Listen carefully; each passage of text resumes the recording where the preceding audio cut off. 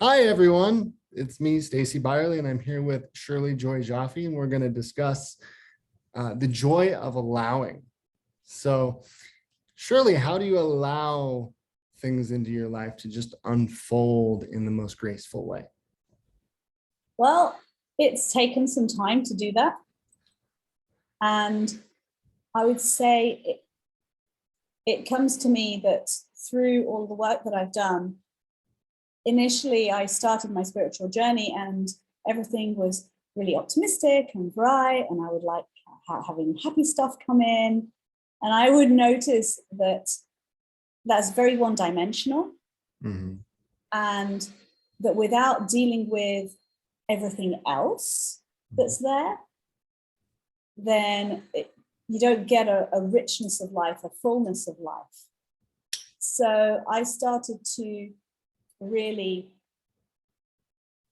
be more open to whatever was going on being okay. I think that's really, for me, was the first step, is it's okay to be crabby. It's okay to get, to get annoyed and irritable. It's okay to have anger. It's okay to experience grief and not get stuck in it. Once you make it okay, then you can move through it more easily, I suppose. Yes, and it's okay to get angry, and it's okay to express yourself like that. And that is only, I think, in the untethered soul, they call it the author calls it a samskara. It's like, what would we rather do? Would we rather build a contraption around it so nobody touches it, Yeah. which is exhausting? Yes. Or do we just, when it gets touched, deal with it as best as possible? So I know for me, whenever stuff comes up, sometimes it's like, oh, I don't feel good about this. But one thing that I really use is just movement in general, like physical movement, and being able to just have every piece of your body moving. That gets the Yeah. blood flowing, that gets everything, just general excitement of the body helps with that. And just really being with, why am I feeling with this? Why am I experiencing this right now? What's up energetically? What's up emotionally? What are my physical surroundings like? A lot of times for me, you can tell that when I'm in a bad mood, it's when the dishes aren't done and that the house is Yeah. not vacuumed and all that stuff. So Yeah. in the middle of all that, using tools like just get the blood pumping, sit with it, meditate on it, and really just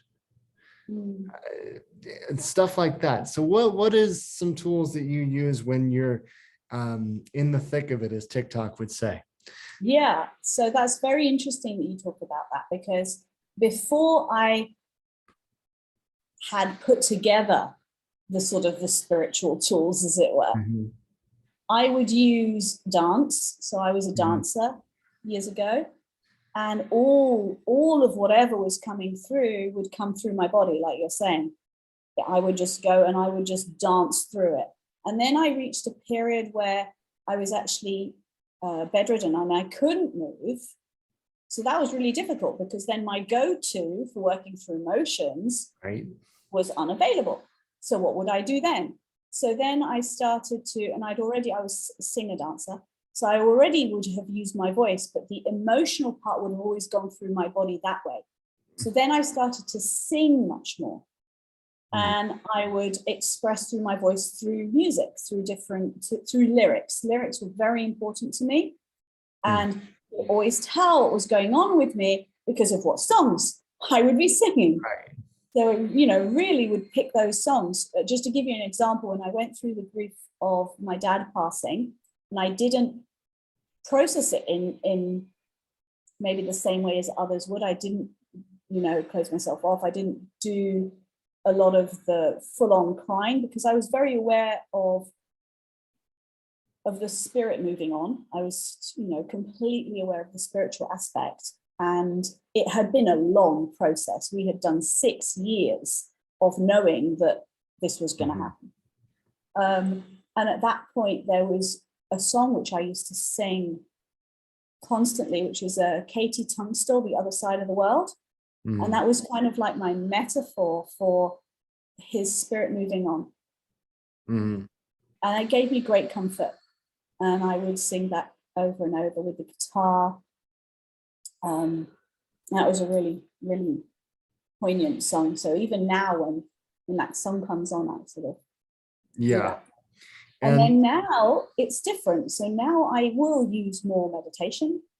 I will sing. So I add tools, So now I've got even more rounded set of tools. I will use the spiritual tools, different healing modalities. And more so than that now is space, nature, space, being outside and just not doing anything, just being with no purpose. So yeah, and one of the biggest parts of my journey is like in a previous podcast I mentioned Your Story Matters. It's a whole podcast on that, and I had lost the ability to walk, and that was my everything, right? So, and when that really hit, and I was just like, how do I deal with my stresses now? And it's like, this is before theta healing, this is before Reiki and everything. It's like before the toolbox, I would say. Yes. So, and what I would do is like, I was just in a pit of depression, which, it's not exactly a healthy way to go. But through all of that, I realized that really the present moment is the easiest way to get to that point of allowing. So, I mean, we've in 2020 and 2021, we have a lot going on in the world. So there's a lot of fluctuations between,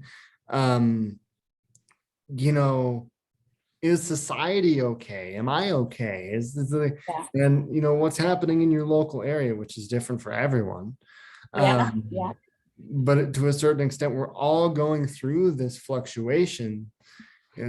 And our goal as healers, as the human race, I would say, is to get to the point of joy and transmute that fear into faith, joy, and wonder. So how do you go about flipping that on the other side?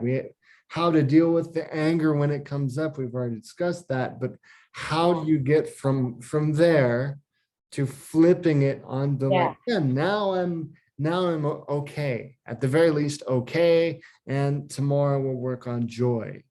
But how do we work on getting to that space of allowing? So for me, I find that it's really important to allow yourself, your being, the time to process everything fully. So as soon as you start cutting things back and saying, right, I've just had enough of anger now because that's just too much. So let's just stop. But you haven't actually worked through what there is underlying the trigger, because there's the trigger anger, which is the initial like whoosh, but the reason for that is underlying. So a lot of making sure that, like due diligence, I suppose, going in and doing spiritual that due diligence. Spiritual due diligence, going in, leaning in. Where is it coming from? Is it relevant? Is another one that I use very often, because sometimes it's not relevant to dig around like poking at a splinter. You've done the splinter, you don't need to go any further. So knowing when to do that and when to stop. And I suppose you were talking about depression, and that was pre-toolbox. But some people do it with the toolbox and they allow themselves to just get so far into that healing hole that it can be quite difficult to come out. So knowing when to go and when not to go. And for me particularly is knowing that my natural state is joy, miracle, abundance, wonder. All those things you mentioned. That is my natural state. And that is every spirit's natural state, every soul's natural state. So everything else on the top is a covering of the natural state. So it's not really a doing, I suppose. You ask, what do I do? I kind of just, I suppose I remember. Right, yeah. But in the doing, it is sometimes nothing. It's just, and it can be as small as, you know what, I am thankful for the place that I have, the things that I have. And for really, like you're reading my mind. So I was actually saying that in my mind. Oh my God.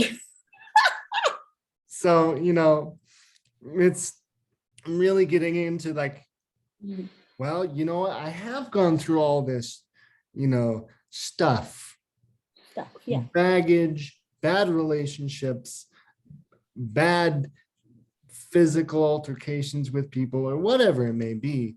But right now, what do I have that I can be thankful for? What do I have that is very close to me and that I can cherish as a person? Exactly. So, yeah. And cherish about the world. My kids find often I'll be talking and I'll kind of get on a little train of, you know, the mum thing, the mum lecturing. So I do the mum lecturing. And then I'll catch myself and halfway through, I'll be like, oh, look at that really pretty flower. And they just, they'll just be like, Mum is a nut. Because, you know, she was doing all of this mum lecturing and now she's looking at this pretty flower. And that's something actually that I celebrate about myself, that I can just literally flip. Yeah, you just snap. Yeah, it's like, okay, that's enough of that. Yeah, in a good way. And but noticing, you were saying about little things to be thankful for, noticing little things of beauty around you can bring you back to that. Right. And, you know, for me, one of the very real things is, you know, when I first started in 2019, nobody knew really at the beginning of 2019 what 2020 would be like, you know. And, you know, through all of this, I have noticed that without this whole catalyst of all of this stuff happening, I wouldn't be where I am today. I wouldn't know you. I wouldn't know a lot of good people that I have for a very, very solid support system too. So, and which I appreciate that, by the way. And, you know, what really I figured out in the middle of doing like all this spiritual work, sitting with all the problems of what I dealt with when I was younger, or what society dealt with, really is realistically looking at the fact of, as one evolves as a person, the circle of people that we hang out with and that we are around changes dramatically. So, you know, I've gotten from people that are like still in their stuff, which is fine, you know, but moving on, that is what I found that I really have evolved from, is people that stay there and just cycle, really. But and I've gone to more people that are like, yep, something came up and we dealt with it, or I'm dealing with it. So what has been your experience with that realm of things? Yeah, with the circle, oh my God, it's huge. So I actually have when I was working full time, when I was in corporate, I had obviously the people around me who were driven, who were doing the corporate thing, going up the ladder, etc., etc.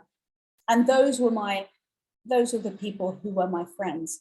And I noticed very quickly when I was ill and I was away from things for 2-3 years in a very bad way, that all of those people dropped away. All of them. And I mean, I wasn't left with even one. So I had no support system.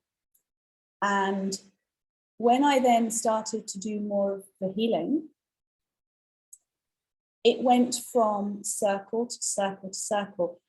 The quality, that's an awful way to say it, but the quality of conversation, the quality of interaction changed dramatically.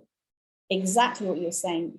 Rather than going from people who were still in their stuff, and like you say, it's okay, that's fine, that's their world, and it's great. And it was my world, kind of. I'd stepped into that world to be friends. I was in more of, I'm dealing with it. This happened, I dealt with it. And then as the different circles changed, I had to really allow myself to let go of the circles as they changed, as it was appropriate. And that was actually quite hard because I'd gone from circle to nothing. So being completely empty, and then having a circle, and then thinking, right, okay, now if I let this circle go, will I be left with nothing again? So I had to really trust that as people were released, and I really, really believe that relationships have a purpose. So, there is that idea of some friendships can be life, and others come into your life in different things. And notifications. There we are. Oh, yeah, that's cool. And others come into your life for a purpose, come into your life for a season. And that was a learning for me to learn to let go of the relationships and then to work through the emotions of letting go. Because let's say when a friendship ends, and it's been a deep and intense friendship sometimes, it's almost like a death. And so there is that process as well of, okay, now that there isn't the communication anymore, what's going on there? The relationships just sort of drifted. And there can sometimes be a little hole or space left. And you can mourn that space. And move on and allow that space to allow other people in. Yeah, not only other people, other experiences. Yeah. So when I find in my experience, when I'm myself and I'm just going about every day, which it just happens. I cannot explain it any other way. I can just say, all right, well, I'm just walking through, and like people are saying yes more often, and people are really more accepting, and a lot of things open up. Lot of things open up, and new experiences, new people, the way in people experience energy is so much more wonderful. Yes. However, it's like the other side of that, if one is holding on to that, thing, the relationship, the energy of a breakup of a relationship, regardless of what kind of relationship it was, that's when it's almost like you're asking for more experiences of what we've already experienced, which is in some cases lack, fear, scarcity, and all that. But the more you let go of that, the more fullness of life that you experience just amazing things have happened for me. So let's talk about the other side of that for you. What's been your Oh, experience? wow. What's like the amazing part of the other side of that? Well, so I experienced part of that poignantly in the middle of the night last night, where I had never had lots of people to just talk to. It was always talk with a purpose, you know, whether it be a healing or a teaching or a, you know, some purpose. And just to have somebody who I could just say, hey, you around for a talk, for a chat, fancy a chat? And just to be open and not have an end goal in mind, I suppose. So that's one wonderful thing. The other part of that, I mean, the hugest part for me is when I allowed myself to let go of the life that I built across the world, and a pretty amazing life. You know, I had a blossoming business, beautiful home, lots of amazing stuff. And when I allowed the possibility of other things, that's when I moved across the world through a pandemic, you know, Which with is ease. amazing, by the way. Which is ease, yeah, and with ease. And has it been totally easy when I've got here? No, there have been some immense challenges, Right. and yet, and do I know it's going to be like totally everything amazing, wonderful on this side? No, but I'm in allowance of that needed to happen. That was the way the energy was going, and if I had held on, I mean, I do a lot of future jumping, and I really did notice that, you know, 10 years from then, there would have been regret that I would have had to then let go of, you know, because it was something that I wanted to do for so long. So whatever the outcome of the big thing, it's something that I've allowed and done. Right. And at certain points, it's not that letting go and allowing and being in this wondrous state, which is truly wonderful, doesn't mean that there's not going to be difficulties Yes. or problems or certain things. But really, truly living in the moment, being in the moment makes everything much easier. Yes, yes, it really does. And whatever that moment is, whatever it is. Right. It's almost like it gets broken down into steps. Yeah. So maybe if you're dealing with a huge problem, Yeah. or a huge happening, break it down into steps. It was like, what can I do today that will make me feel accomplished in this area or at peace in this certain area? That's not to say that we need to bypass everything and really let go of like, oh, I'm just going to fly life by the seat of my pants. And you know what? A lot of people do that. Yeah. There is planning involved. There is being with all of these different emotions, but really what it is sit back, relax, and deal with life as it comes. Yeah. And really let it pass through without labeling it. Yeah. Yeah. Totally. There is a beautiful saying that I love, which is this too will pass. And right. It's for everything, the good and the bad, knowing that this too will pass and you're passing through moments. Yeah, and passing through moments, you know, sometimes the moments will be not so great. You know, we can find good in every moment, but we're all going to have times, you know, as where things are more in flux, I would say.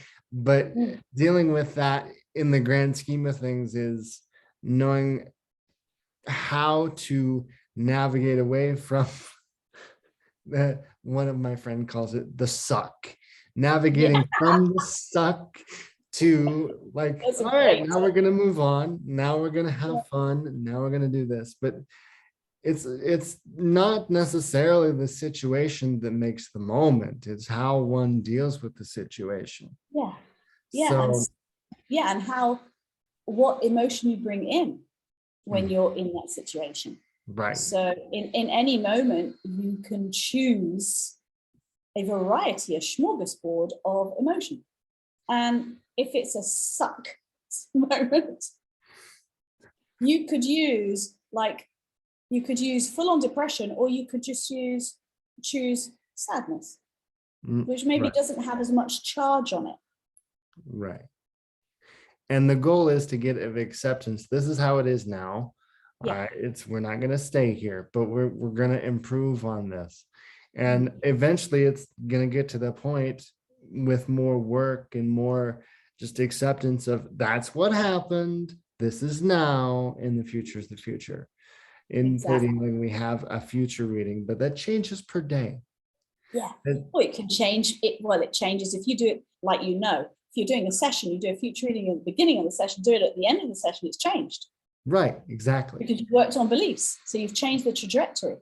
Right. So, in basically shifting out of all of the attachment to previous moments into the present moment and into what the future could be, in a more positive outlook, will make it to where it's just a relaxing thing, just to relax into life more than just holding on to every moment. Yeah.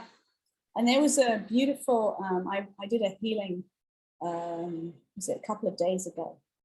And what came to me in that healing, because we were working on healing ancestral lines. Mm-hmm. Something that you do in theta healing, as you know, and those of the people listening here, that's something that we do in session. So you're working on all various places. And I was working on the ancestral line and doing the healing.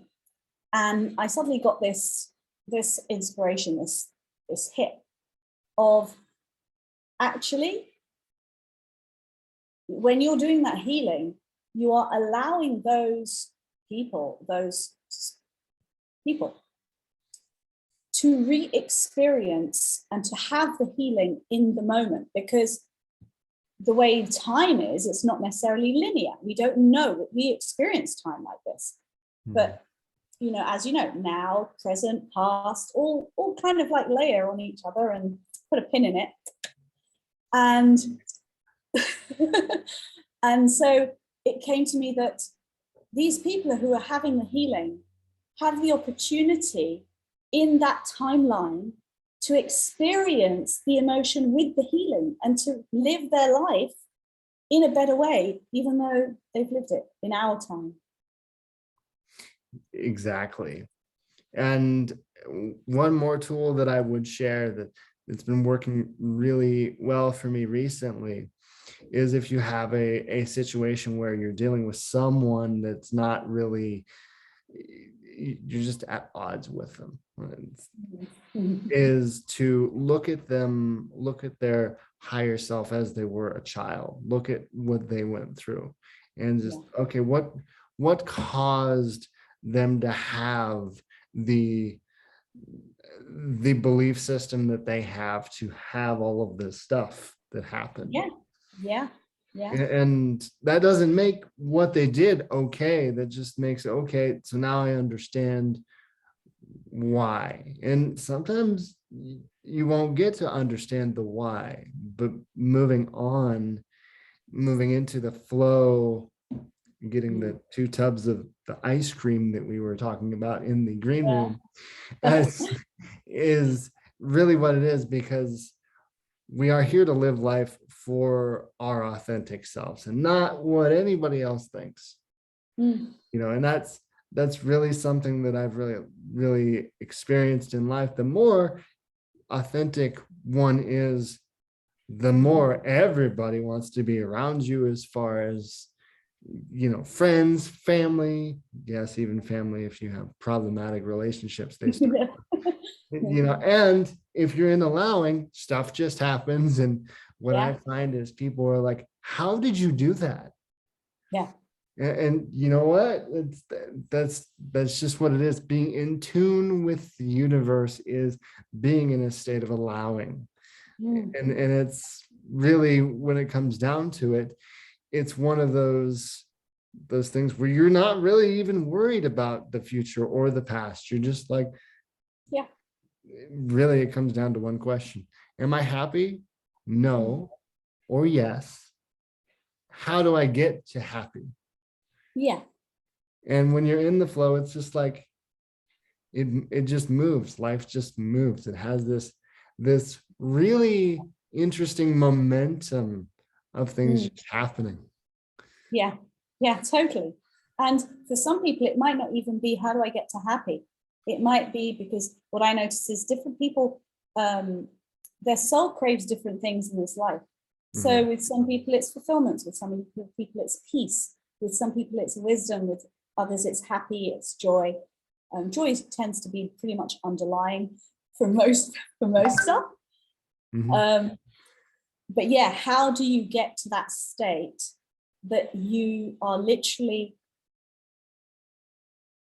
at the opposite end of, is it right?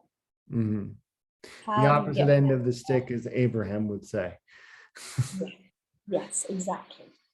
So how do you get there? And sometimes that is just allowing yourself to be there. There is no getting there. You are there. You are it. So just the allowance of not necessarily having to do a how or having to do a doing. Yeah, it's also called the art of being. The art of being. Yes, the art of being. Regardless of what kind of things are going on in your inner world or your outer world, just being there and sitting with whatever's there. Yeah, it's bringing, you were talking about this in the green room, bringing that mountaintop to your life. Yeah, bringing, one of my friends went to an ashram, and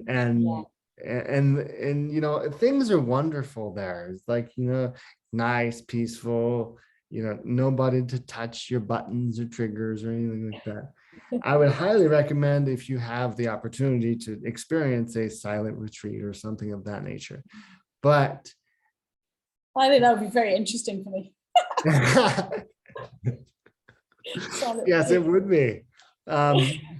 It would be for me as well. But the goal in being spiritual is A, being with your feelings, B, being in the moment, and C really is, how do you bring the ashram to you? And just how do you just bring that, oh my God, to this awe and wonder in every moment? And that's really what it is, just the art of the moment, the art of being. It's a really interesting concept and an unbelievably simple one. Yeah. So yeah. Well, I noticed that all the things that I've done, whether it be, you know, qigong or martial arts, or, you know, all the things you go through practice, and you go through discipline, and you go through perseverance and all of this stuff. And then when you are somewhat masterful, so say somewhat masterful, because you're never, you know, done ever, even masters of all these things, I'll say, you know, you're never done. But it changes from complexity to simplicity. right. Yeah, it's like so simple. So simple. And regardless of whether someone sees colors or witnesses full pictures when they meditate, it is so simple. It's just the act of actually making space for yourself, however you are, however it shows up. So for me, when I was 24 years old, that was the first time I actually learned to meditate, and I did transcendental meditation. And I remember sitting with the person, you do it one-to-one, you get taught. And I remember the first day sitting there, and I'm just going to stop because it's 11:11 here. Love Nice. that. Nice. Oh. Let's just take a moment. No.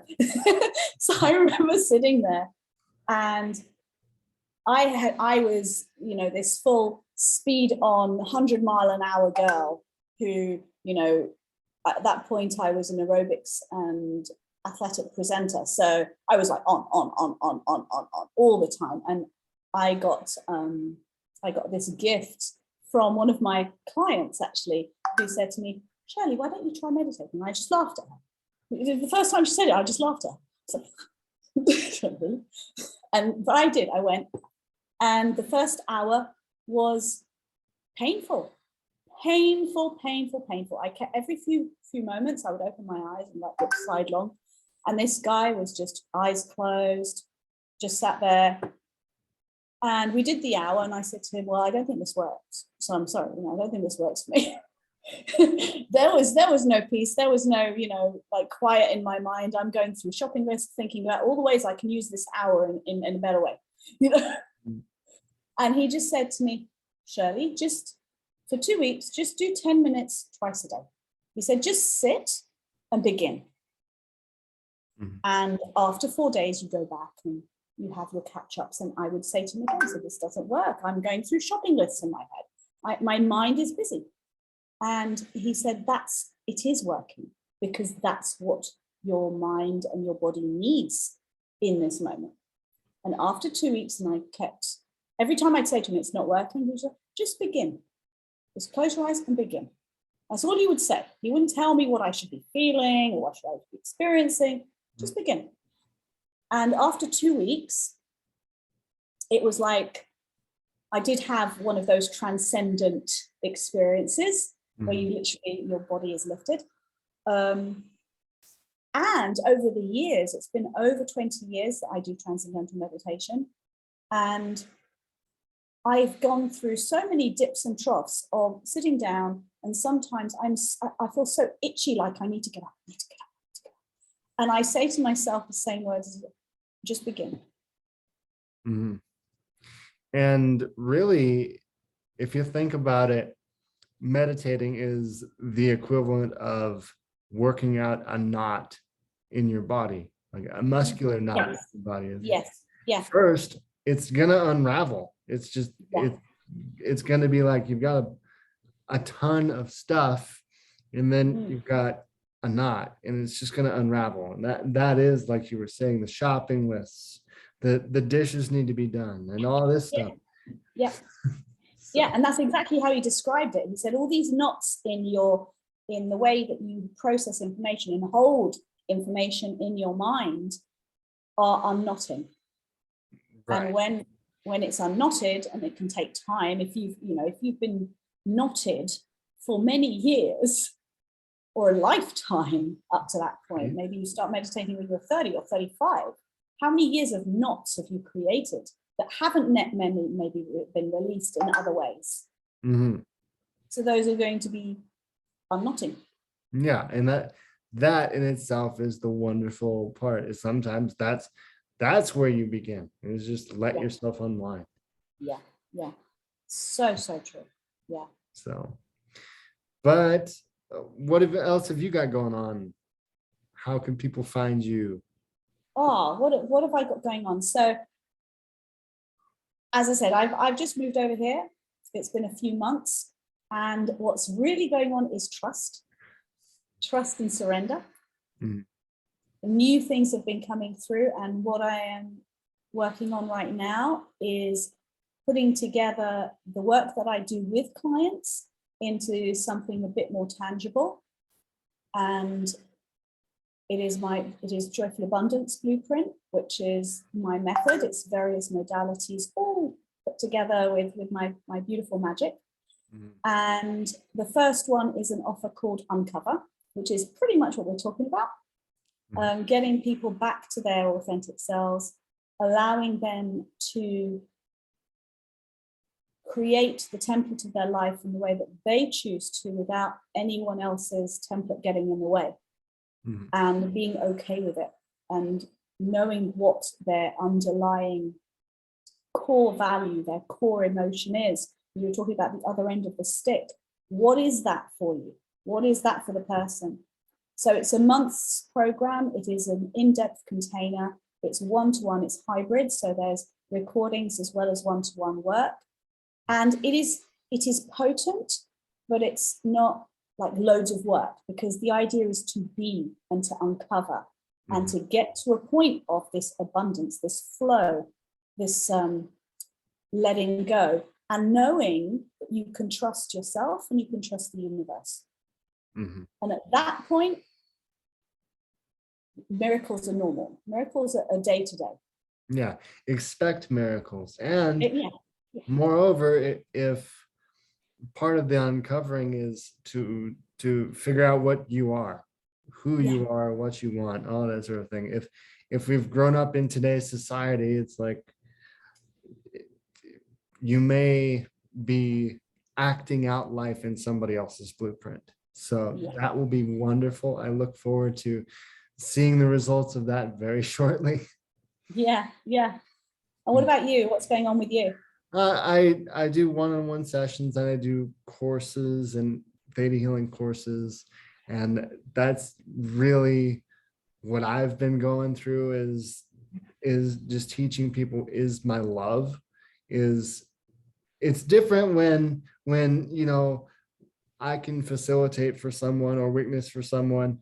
That is also very powerful, but it's also it's that times 100-fold when you can teach someone how to do it themselves and how to help themselves and really stand on their own 2 feet. So I will put links to both of our socials, our Shirley's website, and my theta healing profile if you're curious about that. And we will have one of these again, I hope. So yeah, definitely. It's been wonderful speaking with you, and we will see you next time. Thank you, Stacey. It's been wonderful. Yeah, thank you.